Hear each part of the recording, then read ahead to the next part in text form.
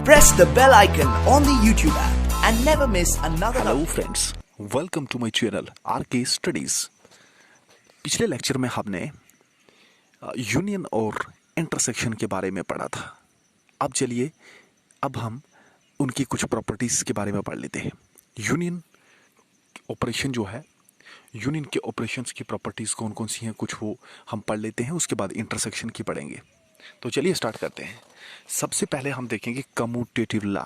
Commutative law जो है ये क्या है, एक हम सेट लें ए, दूसरा सेट हमारे पास हो बी, इन दोनों का यूनियन करें, या फिर एक सेट लें हम बी, दूसरा लें ए, सेमी तो कहा, उन दोनों का यूनियन करें।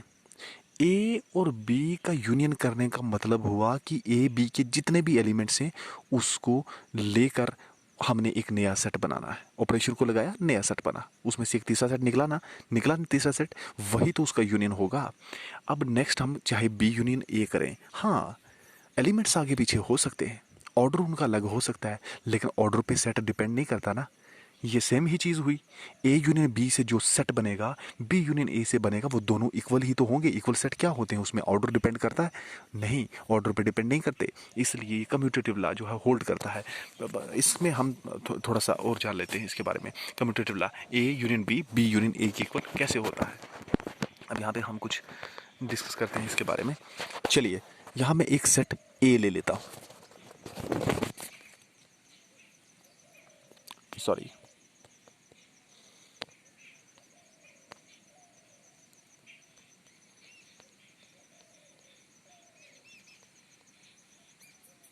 हमने एक सेट ए ले लिया, अब एक सेट बी भी लेते हैं।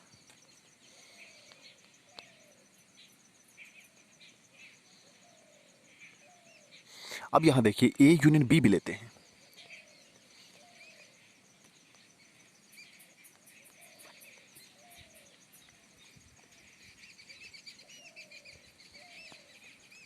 दोनों सेट्स को मिला के एक नया सेट बना, बिल्कुल बन गया। ए यूनियन बी, उसको नाम दिया 1 2 3 4। अब जो 2 3 है ये दोनों में कॉमन है, खैर उससे हमें कोई मतलब नहीं है। हमने यूनियन जो है उसको ए यूनियन बी को लिखा, ये दोनों को मिलाकर जो हमारे पास बने एलिमेंट्स उनसे हमने एक नया सेट बनाया 1 2 3 4। ये है हमारे पास ए यूनियन बी। अब देखिए मैं इसी को बी यूनियन ए लिखते हैं, हम इसको बी यूनियन ए लिखते हैं। देखिए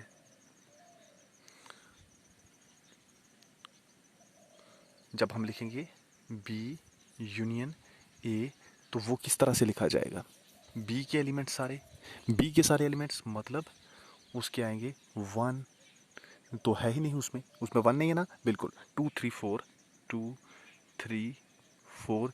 ये अच्छा बी यूनियन ए है तो ए के भी एलिमेंट्स लिखिए, 2 3 4 तो जो है 4 नहीं है। अब उसमें और कौन से सेट आ गए, 2 3 4 और उसमें से 1 आ गया, तो ये सारे इंक्लूड हो गए। 2 3 दोनों में कॉमन है, और हमारे पास कौन सा 4 और 1 आ गया। 4 एक में है, दूसरे में नहीं है, 1 ए में है, बी में नहीं है, तो इसलिए ये टोटल जो सेट बना 2 3 4 1। फर्स्ट वाला क्या था, ये था बी यूनियन ए, वो है ए यूनियन बी। क्या दोनों इक्वल हैं? देखिए ज़रा, दोनों इक्वल हैं। एक है 1 2 3 4, दूसरा है 2 3 4 1, तो सेम ही हुआ ना, सारे के सारे एलिमेंट्स दूसरे में हैं। तो यही तो डेफिनेशन कहती है इक्वल सेट्स की, कि जो एलिमेंट एक में है सेम वही एलिमेंट्स दूसरे में होने चाहिए, और दूसरे में जो है वो सेम एलिमेंट्स पहले में होने चाहिए, तो दोनों सेट्स इक्वल हो जाते हैं। तो ठीक यहाँ पे यही कंडीशन है, इसलिए A union B, B union A के इक्वल होता है, ये प्रॉपर्टी है। ओके, अब next A union B union C, A union B union C, मतलब एसोसिएटिव लॉ। एसोसिएटिव लॉ किस तरह से हम यहाँ पे इसको प्रूफ करके देखते हैं।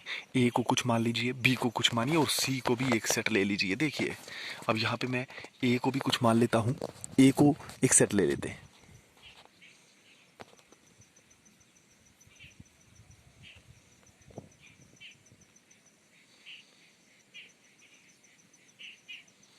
बी को दूसरा सेट लेते हैं,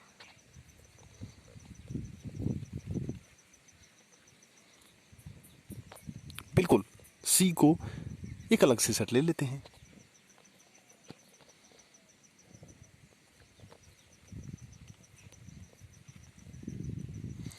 अब क्या, एसोसिएटिव लॉ के लिए सबसे पहले हम यहाँ पे ए यूनियन बी करते हैं।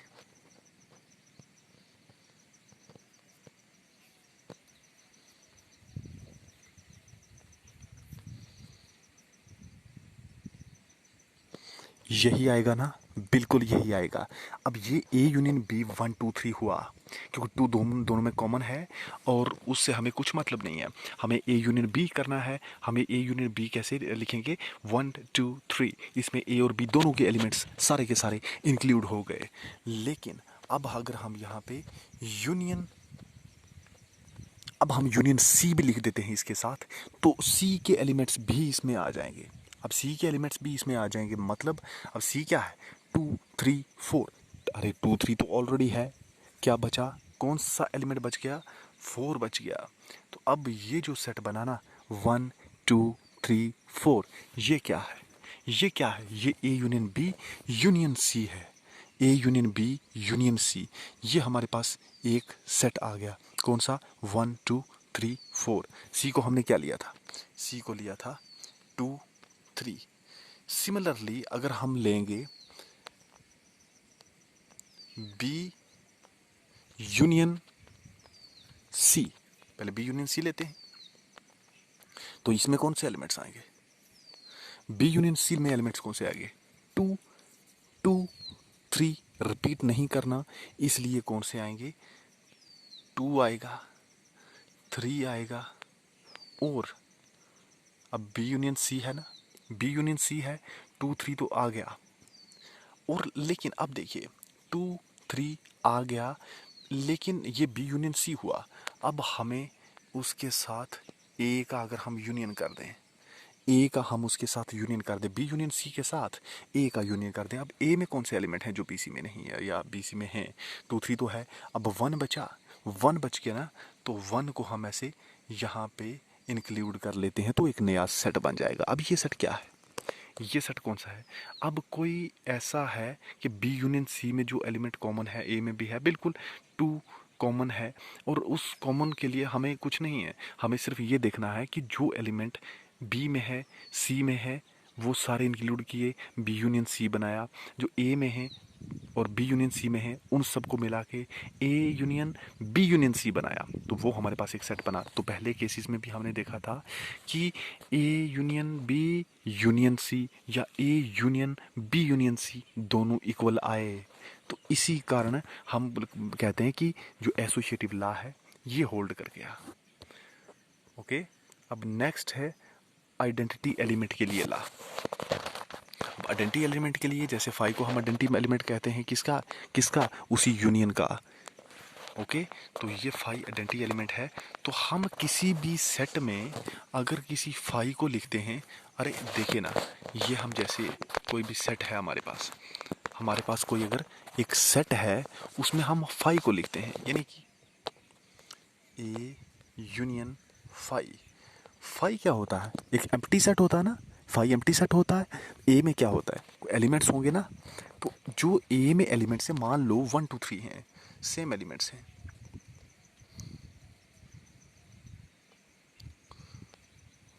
मान लो 1 2 3 से ए बना, 1 2 3 एक सेट है जिसको हमने ए नाम दे दिया। फाई में क्या है? कुछ नहीं है, एम्प्टी सेट है। इसलिए इन दोनों का यूनियन करने पर क्या आएगा? 1 2 3 फाई का एलिमेंट कुछ नहीं है, तो 1 2 3 ही आएगा। लेकिन 1 2 3 है क्या? वो ए ही तो है, इसलिए आइडेंटिटी फाई आइडेंटिटी हुई, ए को कोई फर्क ही नहीं पड़ा। तो इसलिए ए यूनियन फाई जो है वो ए के इक्वल ही होगा, फर्क नहीं पड़ेगा। ओके ओके, नेक्स्ट आइडेम्पोटेंट ला। ये क्या है? अब दोनों सेम के सेम सेट ले लीजिए, उन दोनों का भी यूनियन कर लीजिए, सेम सेट लीजिए और उसका यूनियन कीजिए। चलो, हम ए जैसे हमने 1 2 3 ही लिया है स्टार्टिंग से, तो उसको हम फिर से लेते हैं। ए 1 2 3 है जी, ए 1 2 3 है, तो उस ए को ए के साथ यूनियन करेंगे, मतलब 1 2 3, 1 2 3 को 1 2 3 के साथ यूनियन करेंगे, ऑपरेशन का यूज़ करेंगे, यहाँ पे यूनियन का यूज़ करेंगे। 1 2 3 में कौन से एलिमेंट्स हैं? 1 2 3। 1 2 3 में कौन से एलिमेंट्स हैं? अरे वही तो है। इसलिए 1 2 3 1 2 3 वो इन सबको मिला के क्या बनेगा? इन दोनों का यूनियन करने पर क्या बनेगा? अरे 1 2 3 ही तो बनेगा, और तो कुछ है ही नहीं ना। 1 2 3 बनेगा। ये 1 2 3 है क्या था? ए यूनियन बी किया, ये आया। किसके इक्वल आ गया? ये तो ए के इक्वल आ गया। इसलिए ए यूनियन ए जो है वो ए के इक्वल होगा। आइडेम्पोटेंट, ये ला होल्ड कर गया। ओके, इसकी वैल्यूज लेने पर ये ला होल्ड कर गया। अब नेक्स्ट, अब ये यू वाला ला कौन सा? यू क्या है? Universal set. उसका ला क्या है? एक यूनिवर्सल सेट ले लीजिए। देखिए ना, यूनिवर्सल सेट क्या है? जिसमें सारे के सारे एलिमेंट्स आ जाएं। जो हम सेट्स बना रहे हैं ना, उस सेट्स के सारे एलिमेंट्स आ जाएं तो एक यूनियन बन जाएगा। तो यूनियन बन जाएगा। अब देखिए, यूनियन में मान लो कि हमारे पास एक जो है सेट है यू, उसको हमने मान लिया 1 2 से लेकर ये 10 तक है हमारे पास। एक हमने 10 तक एक जो एलिमेंट्स हैं उनकी वेल डिफाइंड कलेक्शन करके एक सेट बना लिया। उसको हमने कहा ये यूनिवर्सल सेट है। अब बीच में से हम कोई भी सेट ले लेते हैं। जैसे मान लो हमने ए ले लिया,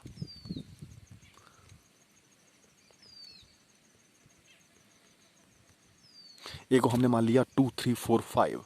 अब ये ए और यू क्या चीज़ है? यहाँ पे यू, यहाँ पे यूनिवर्सल सेट है। इन दोनों का यूनियन लेते हैं, देखें क्या बनता है।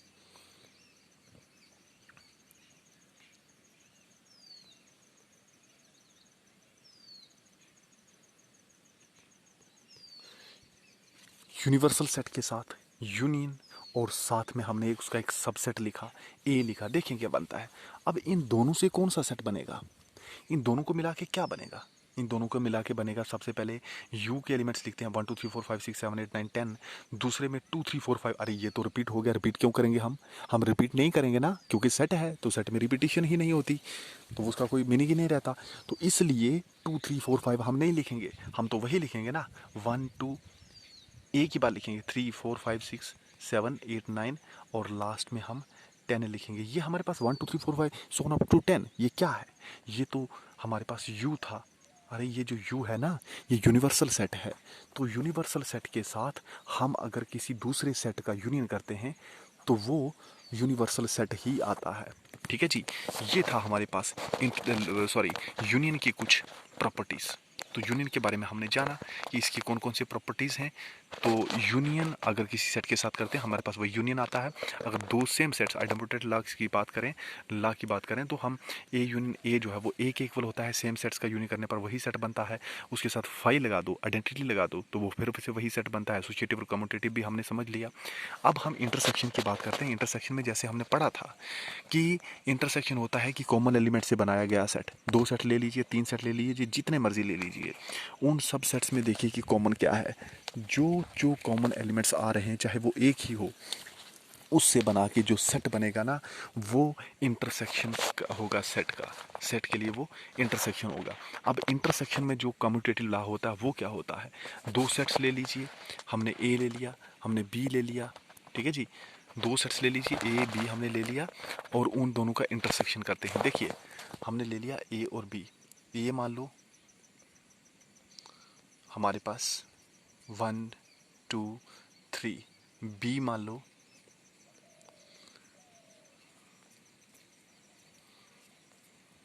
ए मान लिया 1 2 3, बी हमारे पास 2 और 3, और सी भी मान लेते हैं हम यहाँ पे। वैसे देखिए चलिए वो बाद में करते हैं। सबसे पहले हम कम्यूटेटिव लॉ को करते हैं ना, और ए और बी ही चाहिए हमें। तो चलिए यहाँ से कर लेते हैं इसको। ए और बी, ए बी के लिए हम देखते हैं ए में 1 2 3 है और बी में 2 3 है। इसका इंटरसेक्शन लेंगे। इंटरसेक्शन में मतलब कॉमन एलिमेंट्स। ए इंटरसेक्शन करेंगे इसका बी के साथ। ए का इंटरसेक्शन, ए और बी का दोनों का इंटरसेक्शन अगर करेंगे तो कॉमन एलिमेंट्स की बात होगी ना। कॉमन एलिमेंट्स से जो सेट बनेगा वही आएगा ना। तो कॉमन सेट्स एलिमेंट से कौन सा सेट बनेगा? 1 है? नहीं है। 2 है? बिल्कुल। 3 भी है। इसलिए 2 और 3 से जो सेट बनेगा ना वो कॉमन वाला होगा। कॉमन एलिमेंट से बनाया गया सेट 2 और 3 का ही होगा। अब इसको 2 3 लिखो या फिर बी लिखो, एक ही बात है, क्योंकि बी में कौन से एलिमेंट्स हैं? टू थ्री है, वही एलिमेंट्स कॉमन है। ठीक है जी, ए इंटरसेक्शन बी ये आ गया। अब बी इंटरसेक्शन ए करते हैं।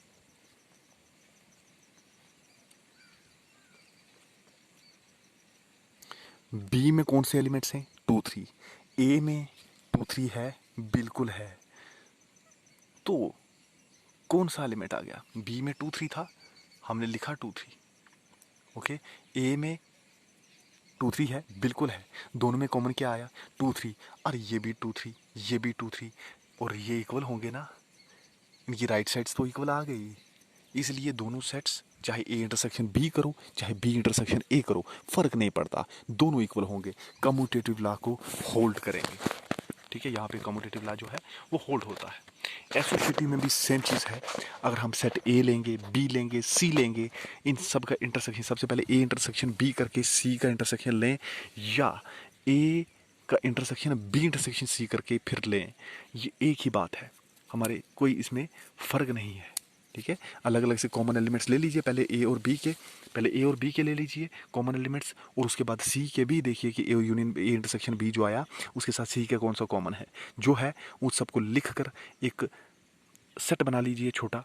मैंने छोटा क्यों कहा? क्योंकि जितनी इंटरसेक्शन ज़्यादा सेट्स की होगी ना, वो उतना ही छोटे से छोटा बनेगा। क्यों हो सकता है? अब ये ज़रूरी भी नहीं है छोटा से छोटा बनेगा, क्योंकि उसमें और भी एलिमेंट्स हो जाते हैं ना। मान लो कि हमारे पास तीन सेट्स हैं जिनमें two three two three two three common है। ठीक है, फोर्थ में एक आ जाता है जिसमें सिर्फ टू ही है, तो सबका इंटरसेक्शन करने पर सब में कॉमन क्या हुआ? Two three two three two three हुआ, या फिर टू हुआ? वो तो टू ही हुआ। जितने ज़्यादा होंगे, अब ज़रूरी नहीं कि सेम सेम एलिमेंट सब में रिपीटेड हो, इसलिए मैंने ये कहा। एसोसिएटिव लॉ होल्ड कर गया। अब लॉ ऑफ फाई, जो आइडेंटिटी की हम बात कर रहे थे ना, law of phi and U, तो इसके लिए कौन सा लॉ होता है? अब फाई के और ए के साथ इंटरसेक्शन, मतलब क्या हुआ इसका? फाई और ए के साथ इंटरसेक्शन करने का क्या मतलब हुआ कि ए और खाली एम्प्टी सेट में कॉमन क्या होता है? एम्प्टी सेट में और किसी सेट में कॉमन क्या होता है? वही एम्प्टी सेट होता है ना। ठीक है जी, एम्प्टी सेट ही कॉमन होगा ना, और क्या हो सकता है? ए के एलिमेंट्स फाइव में थोड़ी होंगे, फाइव में तो जीरो एलिमेंट है, तो ए में कोई ऐसा सेट बना लो ना जो जीरो सेट है, क्या फर्क पड़ता है? ठीक है जी, तो इसलिए ये फाइव के इक्वल है। अब यूनियन एक और है यू, यानी कि यूनिवर्सल सेट के लिए, उसके लिए ला कौन सा है? फाइव के लिए ला तो हमने बता दिया। अब जो यूनिवर्सल सेट है उसके लिए कौन सा ला है? उसके लिए हम कहेंगे यूनियन, सॉरी, यूनिवर्सल सेट। और जो ए है, ए कोई भी सेट ले लीजिए ना, उन दोनों में इंटरसेक्शन करके क्या आएगा? यूनियन में बहुत सारे एलिमेंट्स, सेट से बहुत ज़्यादा, कम से कम एक ज़्यादा तो होगा। तो यूनियन में उतने, यूनिवर्सल सेट में उतने एलिमेंट्स, और सेट में वही एलिमेंट्स होंगे जो उसके अपने हैं। तो दोनों में कॉमन क्या हुआ? यूनिवर्सल सेट में जो ए है उसके तो सारे एलिमेंट्स हैं ही। अब ए के सारे एलिमेंट्स उसमें हैं, और यूनियन और ए में कॉमन क्या रहा? कॉमन हमने कहा ना कि ए के सारे एलिमेंट्स यू में हैं, तो ए के एलिमेंट्स ए में भी हैं, ए के एलिमेंट्स यू में भी हैं, तो एलिमेंट्स कौन से कॉमन हुए? सिर्फ ए ही तो हुआ, इसलिए तो ए लिखा है। ठीक है जी, अब हम यहाँ कुछ और नहीं लिख सकते, क्योंकि ए जो है वो ए में भी है, ए के एलिमेंट्स, और यूनिवर्सल सेट यू में भी हैं। ये है लॉ ऑफ यू, यानी universal set. Next, A intersection A, same set लीजिए, उन दोनों में सेम सेट लीजिए और उनमें से इंटरसेक्शन कीजिए। मान लो ए है 1 2 3, फिर उसका इंटरसेक्शन 1 2 3 के साथ करें, तो 1 2 3 और 1 2 3 में कॉमन क्या है? 1 2 3 ही तो है, 1 भी है 2 भी 3 भी सब कुछ है, इसलिए 1 2 3 ही होगा। तो 1 2 3 क्या था? वो तो ए था, इसलिए ये ए आ गया। अब हम इंटरसेक्शन करेंगे डिस्ट्रीब्यूटिव लॉ से। डिस्ट्रीब्यूटिव लॉ में किस तरह से करेंगे? बी यूनियन सी करिए, बी यूनियन सी करिए और ए के साथ उसका इंटरसेक्शन लीजिए। अब हम ऐसे ही करते, जैसे बी को हम मानते हैं 2 3, सी को मानते हैं 3 4, 2 3 3 4 मान लिया। अब 2 3 और 3 4 का यूनियन करके क्या आएगा?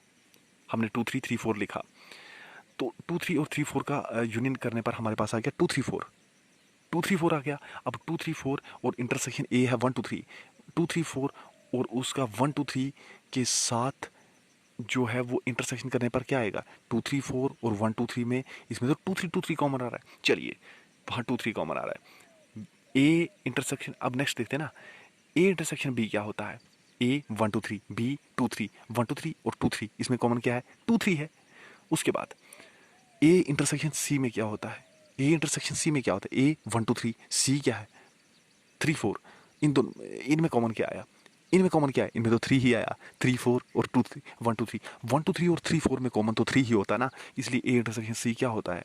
वो 3 ही आएगा। अब पीछे क्या आया था? ए इंटरसेक्शन बी करके 2 3 2 3 यूनियन, आगे फिर से 3 आ गया। 2 3 यूनियन 3। यूनियन का मतलब कि सभी एलिमेंट्स लिखो, 2 भी लिखो, 3 भी लिखो, 3 भी लिखो। अरे क्यों लिखें? 3 दो बार रिपीट नहीं करेंगे ना, सेट नहीं है, क्योंकि सेट सेट में सॉरी सेट तो है लेकिन सेट में ये रिपीट नहीं करना ना, 3 को बार बार क्यों लिखें, इसलिए हमने लिखना है 2 3। अब फर्स्ट केस में भी 2 3 था, यहाँ भी 2 3 ही आया, तो इसलिए ये इक्वल हुआ, डिस्ट्रीब्यूटिव लॉ होल्ड कर गया। तो ये थी यूनियन और इंटरसेक्शन में जो हमने प्रॉपर्टीज पढ़ी हैं।